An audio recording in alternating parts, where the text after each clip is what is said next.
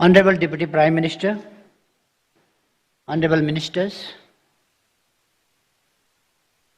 Senior Government Officials, CEO of Investment Board of Nepal, Excellencies, Ambassadors and Heirs of Missions, distinguished delegates, media persons, and ladies and gentlemen.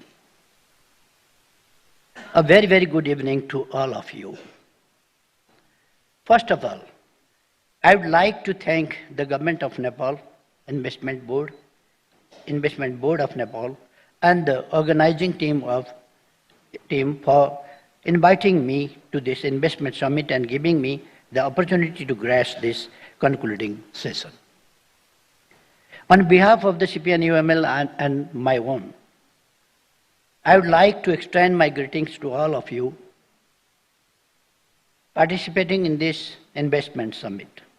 Particularly, I appreciate the presence of foreign delegates with your high interest in Nepal's quest for development through the promotion of private investment. We are encouraged by your participation and willingness to contribute to Nepal's development process through investment.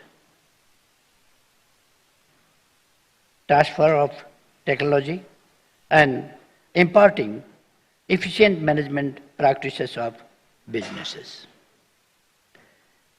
Investment summits, occasionally hosted by Nepal, have been a platform to reinforce the solidarity of all political parties and development stakeholders collectively towards growth and development agenda of the country. This summit is one further step in that direction.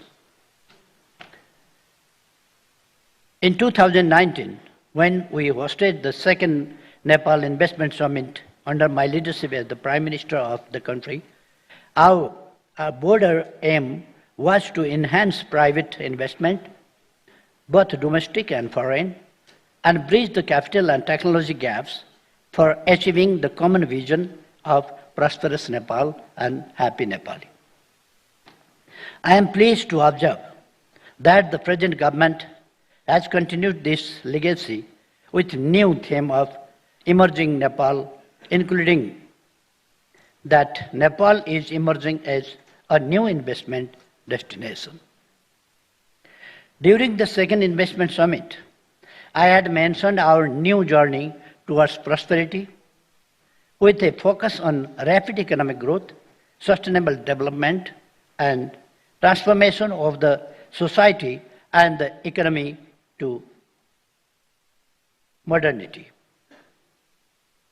Then Nepal had very impressive economic growth of average 7% and was seen as a shining star in the development landscape. However, like elsewhere in the world, our growth momentum stalled with outburst of COVID-19, and we are still struggling to fully recover from the pandemic. In between, we have also faced adverse external shocks from the ongoing conflicts and wars in the Middle East and Central Asia. However, the country is lately recovering out of the shocks, and with new reform initiatives, we are expecting to catch up the growth momentum very soon. During my tenure as the Prime Minister of Nepal, we had amended some important laws before the investment summit. We had also addressed investors' concerns regarding labor disputes. I thank Right Honorable Prime Minister for recently amending the laws related to investment and easing out of ecosystem for doing business. My party, CPN-UML, firmly stands with the government to implement them effectively in order to create more conducive environment for all who have already invested or are exploring opportunities to invest in Nepal. With a smooth transition from unitary to federal structure of governance, Nepal is now ready to take off its journey to rapid economic development and achieve prosperity in the shortest possible time span. The immediate objective of our journey is to create a strong foundation for high, broad-based and sustainable growth while engaging our youth bulge of productive ventures, creating jobs and ending absolute poverty. Its realization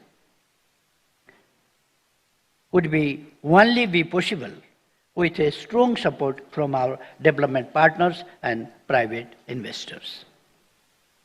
This government has a clear vision, steadfast commitment, and result-oriented action plan to achieve its overarching goal of graduating from LDC status by 2030, achieving sustainable development goals, becoming a middle-income country by 2030, and realizing our aspiration for prosperous Nepal, happy Nepali. I call upon foreign investors to secure the investment opportunities, make profitable investments of finance and technology, connect to global market for export through existing network, and help technology transfer to domestic local entrepreneurs and investors. I believe that the panel and parallel sessions held yesterday and today have not only highlighted provisions in our new policies and investment opportunities, but also provided important feedback for further reform ongoing and going forward. My participant UML would like to assure you that the views expressed and suggestions extended by the participants towards further easing business climate will be duly taken care of, and will work with the government officials in order to make Nepal a promising investment destination. I firmly believe that our showcased projects will definitely pay your attention to invest in Nepal, as they are highly competitive and feasible, and most of which are at the ready-to-go stage. I sincerely encourage you to spend few more days after this event to visit our countryside, enjoy natural beauties, discuss with our vibrant and dynamic private sector, feel warm hospitality of our honest citizens, and finally realize the prospect of investment opportunity in Nepal, as we know that seeing is believing. I am confident that the key objectives of the summit to project Nepal as a promising land of opportunities for investors has been achieved with the grand success of this Investment Summit 2024. I am confident that this summit has been extremely useful to share innovative ideas and views, explore investment potentials and opportunities in Nepal, develop investors' network, and finally, attract more investment in Nepal.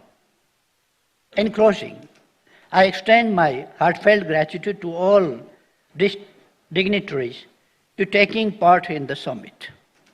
I am confident that you have made very beautiful, fruitful exchanges of ideas and perspectives on global, regional, and national issues during these two important days. I sincerely hope that this event will mark the important milestone in the development endeavor of Nepal. I would like to extend my best wishes to all of you, and thank you very much. Namaste.